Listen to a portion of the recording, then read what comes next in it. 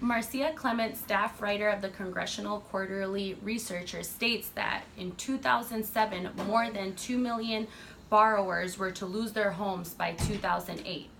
My name's Karina Velasquez, and I have found 3 credible sources that I have retrieved my information from: the Wall Street Journal, the CQ Researcher, and the Mortgage Brokers Association. You might have heard of these whispers back in 2008, but these are the true facts leading to the mortgage crisis in 2008.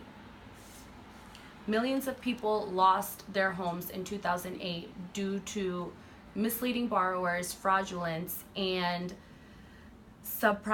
carelessness of subprime lending. Subprime lending, bankers, brokers, and lenders' profit and outcome are the leading roles of the mortgage crisis of 2008. You might be asking, what is a subprime loan? According to Stephen Kristofic, president of the Mortgage Brokers Association, a subprime loan is typically offered to a person of poor credit and is categorized as most likely to default in a loan. These loans typically have higher interest rates, and their target of people are elderly people, people of rural communities, and minority people. To bankers, brokers, and lenders, these were easy targets. Marcia Clement, staff writer of the CQ Researcher, states that bankers, brokers, and lenders sold these high-risk loans for profit.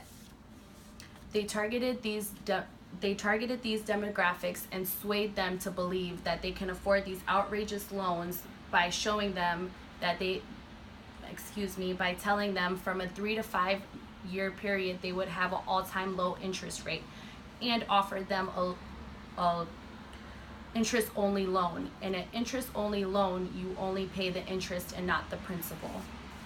They offered up to $950,000 loans to people of incomes of only $100,000 to $200,000 a year.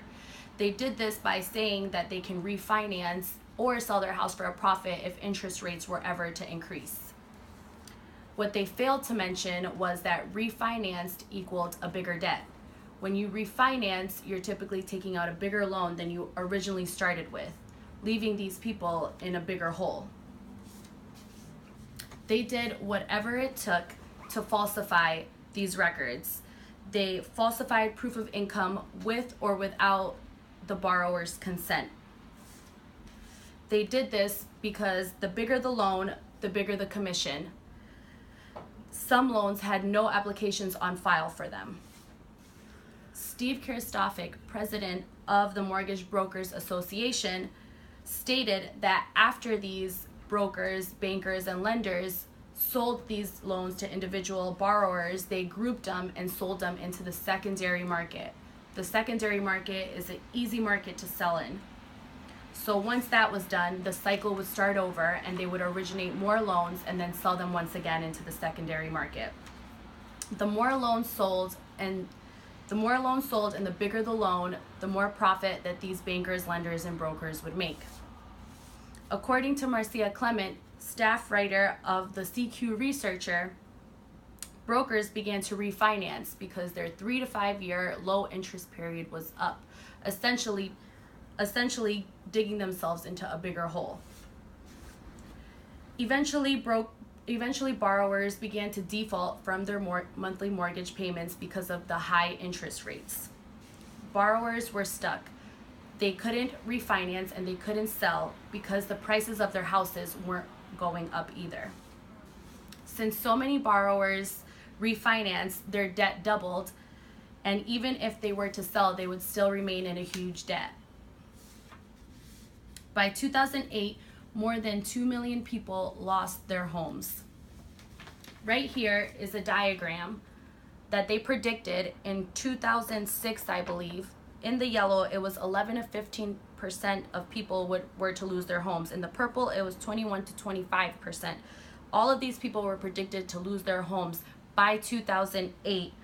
Only in the green right here was 5 to 10% that wouldn't lose their homes. So this was a true epidemic in the United States. Subprime lending, bankers, brokers, and lenders profit, and outcome were the leading roles to the mortgage crisis in 2008. In conclusion, many Americans were taken advantage of because of their lack of knowledge in loans. Now that I have explained to you the leading causes of the mortgage crisis in 2008, I hope you have gained a greater understanding. Thank you. My name is Karina Velasquez.